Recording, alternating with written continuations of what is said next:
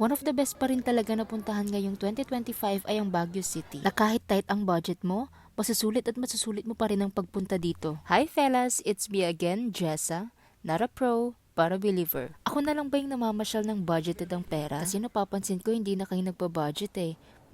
Masama yan. Kasi pag di ka nag-budget, malamang mauubos yung pera mo. Kaya samahan niyo akong budgetin ng 6,000 pesos ko para sa 3 nights and 4 days ko sa Baguio. Itong 6,000 na to ay per head, kaya in our case, ita times 2 natin. Nagbook kami online sa Victory Liner ng round trip para less hassle, plus convenience fee. Para naman sa accommodation namin, nagbook kami online sa Airbnb ng 3 nights and 4 days sa Albergo Hotel. Kaya kung i-divide mo to sa 3, makakamura ka talaga. Take note dalawa po kami dyan. And hindi naman po kami na-disappoint sa nakita namin. Napakalawak at napakalinis ng room. At syempre, hindi mawawala ang pagkain natin. For our lunch, kumain lang kami dito sa 567 restaurant along Session Road. We also tried Richie kasi nakita naming trending to. And of course, para makatipid tayo, nag-grocery kami. Kasi may paglulutuan naman sa hotel namin. Kaya itong nag-grocery namin ay pang lunch and dinner na namin sa day 2 and day 3 namin dito. Pero we decided na gumala na lang din ngayong gabi along Session Road. And kumain na rin kami doon. Dumaan lang din kami sa night market at bumili ako ng chicken skin. So, ito yung total expenses natin sa day 1. Good morning! So, this is our day 2 and this is our breakfast.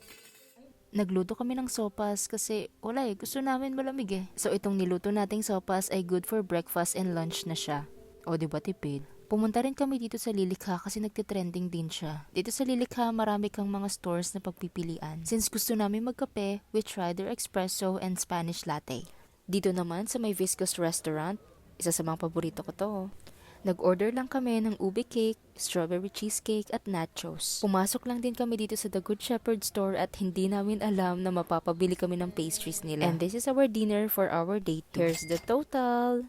Good morning ulit para sa day 3 namin dito sa Baguio. And this is our breakfast. And yes, babalik-balikan ko talaga tong strawberry tahon ng Baguio. And bilang isang dog lover, meet baby Lucas, one of the Saint Bernards dito sa Baguio. Medyo naaawa nga ako sa kanila kasi biruin mo yun from morning to afternoon, even evening, nagtatrabaho sila. Kaya sana naaalagaan sila ng maayos, no? And dito sa Mines View, may nakita kami nagbebenta ng lumpiang toge at bumili kami para may pandagdag kami sa lunch namin. Medyo napupurga na kasi kami sa sopas. And yes, kumain din kami dito sa The Good Taste Restaurant. Ang tagal ko na rin kasi talagang gustong kumain dito kasi kapag pupunta ako dito laging mahaba yung pila. Kaya ang swerte namin na tsempohan namin walang pila. At dahil mahilig kami sa gulay, in-order namin yung fish, shrimp, tofu rice nila, tofu vegetable rice, and buttered shrimp. Bumili rin kami ng peach overload nila para sa dessert namin. And this is our total para sa day 3 namin dito sa Baguio. Day 4 natin dito sa Baguio, and take note, this is also our last day here in Baguio. Kaya medyo nakakalungkot, back to normal na naman ulit. For our breakfast, yung mga leftovers na lang yung kinain namin. Maaga ang check-out namin dito sa hotel, and since 2 p.m. pa ang departure ng bus namin sa Victory Liner, nag-decide kami na ibaba muna yung mga bagahe namin sa lounge area ng SM Baguio.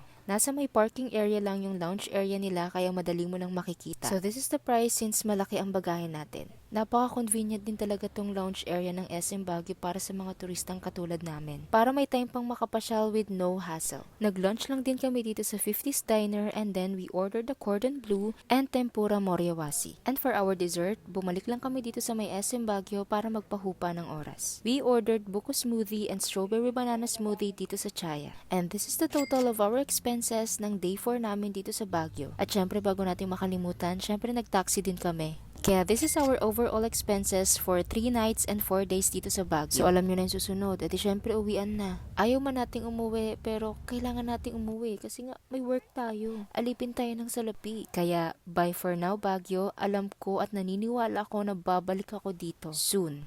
At kung babalik man ako, syempre gusto ko rin itry yung mga restaurant at mga pagkain na hindi ko pa natitikman. Kaya, see you again, Baguio. And thank you for this trip. Super nasulit ko talaga siya. Kaya kung aakyat kayong Baguio, don't ever forget na mag-budget ng pera para naman hindi masayang yung pinagpaguran ninyo. Kasi naniniwala ako na kapag budgeted ang pera mo, hindi ka mag-worry sa mga expenses mo. Kaya see you again on my next budget-friendly vlogs!